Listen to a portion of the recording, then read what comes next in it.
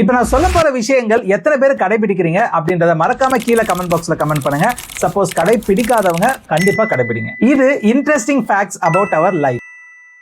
எந்த மெடிசனையும் கோல்டு வாட்டர்ல எடுத்துக்க கூடாது. நைட்டு 7 மணிக்கு மேல ஹெவியான மீல்ஸ் எடுத்துக்கிறது ரொம்ப தப்பு. இந்த தண்ணி குடிக்கிறதுல காலையில அதிகமா குடிக்கணும், நைட்டு கம்மியா குடிக்கணும். தூங்குறதுக்கு சரியான நேரம் எது அப்படின்னு பாத்தீங்கன்னா நைட்டு 10 மணில இருந்து காலையில 4 மணி வரைக்கும். இமீடியட்டா சாப்பிட்டதுக்கு அப்புறம் தூங்க கூடாது. போன் பேசணும் அப்படின்னா லெஃப்ட் காதுல வச்சு பேசுறது தான் சேஃப். நம்ம போன் சார்ஜ் 10% இருக்கு அப்படின்னா கண்டிப்பா போனை பயன்படுத்துறது தவறு. எப்பயுமே பிரேக்ஃபாஸ்ட ஸ்கிப் பண்ணவே கூடாது. உணவு சாப்பிட்டதுக்கு அப்புறம் டீயோ காஃபியோ கண்டிப்பா சாப்பிடக்கூடாது. தினமுமே சன்லைட் 30 நிமிஷமாவது நம்ம மேல படணும். இருட்டுல அதிக நேரம் செல்போன் பார்த்துட்டு இருக்கிறவங்களுக்கு கண்ணுல அதிகமான ப்ராப்ளம் வரும். ஒரு இடத்துல அதிக நேரம் உட்கார்ந்துட்டு இருக்கீங்க அப்படின்னா 15 நிமிஷத்துக்கு ஒரு தடவை நம்ம உடம்ப ஸ்ட்ரெச் பண்ணணும். நம்ம இயர் ட்ரம்ம பாதுகாக்கணும் அப்படின்னா ஹெட்போன்ல 100% ஃபுல் வால்யூம் வச்சு கேட்க கூடாது. சாப்பிடுறப்ப அதிகமா தண்ணி குடிக்க கூடாது. நம்ம தலைக்கு பக்கத்துல செல்போன் வச்சு தூங்க கூடாது. ஒரு ஃப்ரூட் சாப்பிடணும் அப்படின்னா எம்டி ஸ்டொமக்ல சாப்பிடணும். மீல் சாப்பிட்டதுக்கு அப்புறம் சாப்பிடக்கூடாது. நம்ம சாப்பிடுற உணவை நல்லா மென்னு சாப்பிடுறப்ப டைஜஷன் அப்படின்றது சீரா நடக்கும். ஆயில்ல சமைச்ச உணவுகளை